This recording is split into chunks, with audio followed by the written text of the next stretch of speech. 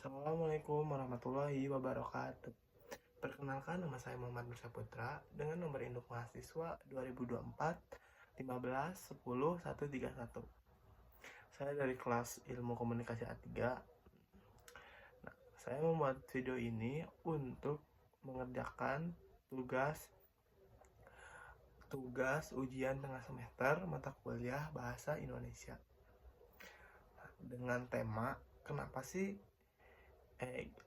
apa pandangan dan pendapat saya terhadap kondisi ekonomi dan politik di Indonesia pada saat ini. Yang pertama saya akan bahas tentang ekonomi dulu. Ekonomi di Indonesia buat saat ini menurut saya tuh mungkin sedang tidak baik-baik saja. Ada dua faktor yang mungkin menjadi penyebabnya. Yang faktor pertama itu melemahnya tingkat rupiah, dan yang kedua banyaknya PHK yang terjadi di Indonesia atau PHK massal. Yang pertama itu kayak melemahnya rupiah pada 25 Maret 2025 angka rupiah mencapai sampai 16.620 rupiah per dolar Amerika Serikat. Nah, hal itu merupakan menjadi terlemah sejak krisis moneter 1998. Alasan rupiah itu bisa melemah, yang pertama itu dari faktor ketidakpastian ekonomi global. Yang kedua itu menurunnya kepercayaan investor. Dan yang terakhir, yang ketiga, program makanan bergizi gratis, yang mungkin program tersebut itu memakan biaya yang cukup besar sehingga ngaruh terhadap menurunnya angka rupiah. Nah, terus yang lalu terjadinya PHK massal.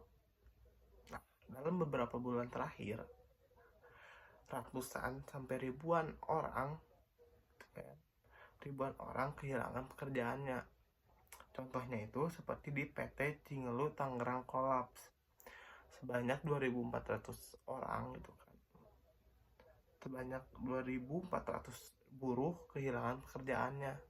Dan di Sulawesi Selatan sebanyak 4.000 karyawan hotel terancam di PHK karena efek dari pemotongan anggaran perjalanan dinas pemerintahan.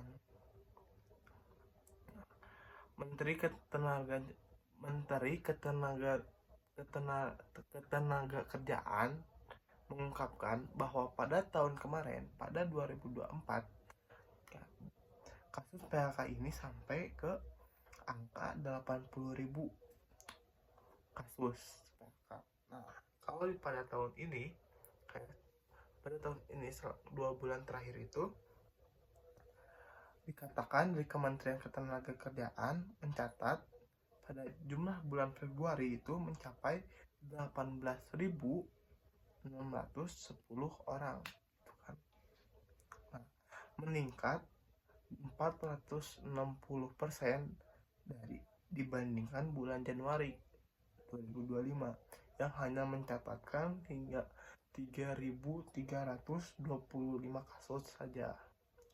Nah, daerah atau provinsi yang paling mencolok kasus ini tuh terdapat di Provinsi Jawa Tengah dengan catatan kasus 10.667 kasus, sekitar 57,32% dari kasus dari total kasus nasional. Nah, terus di sini juga saya mencatat faktor penyebab terjadinya PHK. Saya di sini mencatat dua faktor. Yang pertama dari faktor krisis ekonomi global dan domestik. Nah, penurunan peminatan global, terutama dari mitra dagang utama seperti Tiongkok dan Amerika Serikat, turut menghantam industri ekspor Indonesia seperti tekstil dan manufaktur. Itu faktor yang pertama. Dan faktor keduanya itu adalah faktor eksternal. Faktor eksternal ini kayak sebuah tantangan tarif resiprokal dan ketegangan global menambah tekanan terhadap ekonomi domestik. Kebijakan tarif impor sebesar 32% dari Presiden Amerika Serikat Donald Trump itu memberikan pukulan tersendiri buat negara kita. Jangankan negara kita lah, negara lain juga mungkin dengan kebijakan itu membuat ekonominya terpancing pincang ya, kayak gitu. Nah, terus ketika kasus PHK ini terus menerus meningkat, terus berkelanjutan, mungkin bakal berdampak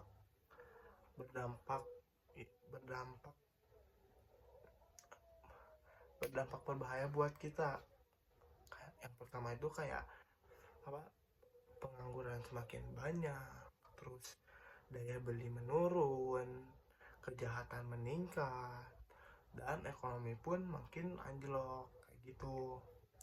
Nah, dari maraknya kasus ini, saya berharap kepada pemerintah untuk melakukan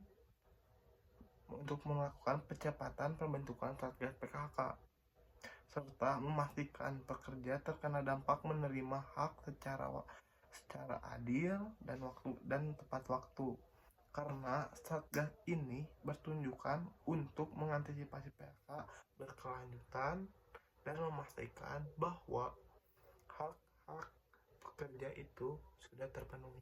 Seperti itu.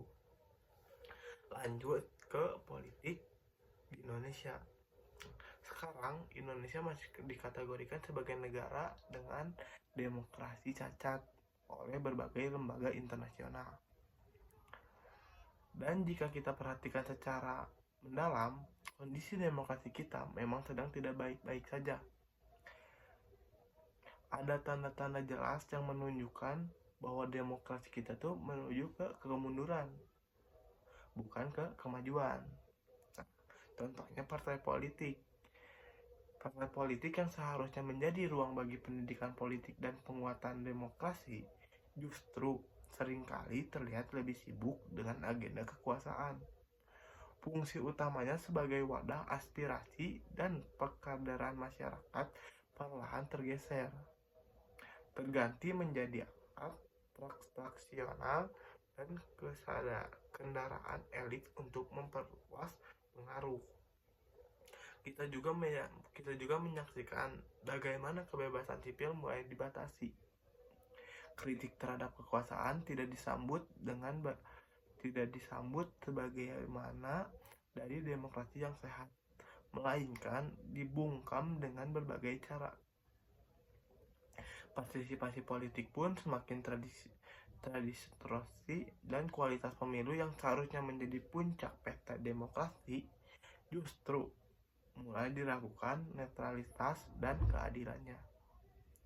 Di situasi ini muncul pertanyaan besar, apakah kita sedang menuju jurang kemunduran demokrasi?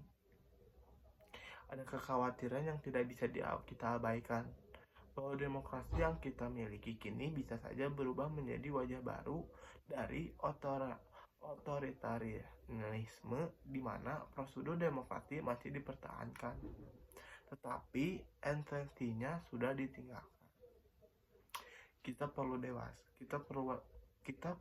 waspada. Demokrasi bukan sekedar soal pemilu 5 tahunan, tetapi tentang ruang partisipasi, kebebasan bersuara, dan transparan dalam pengambilan keputusan. Mungkin sekian saja dari saya. Mohon maaf apabila ada salah kata. Wassalamualaikum warahmatullahi wabarakatuh.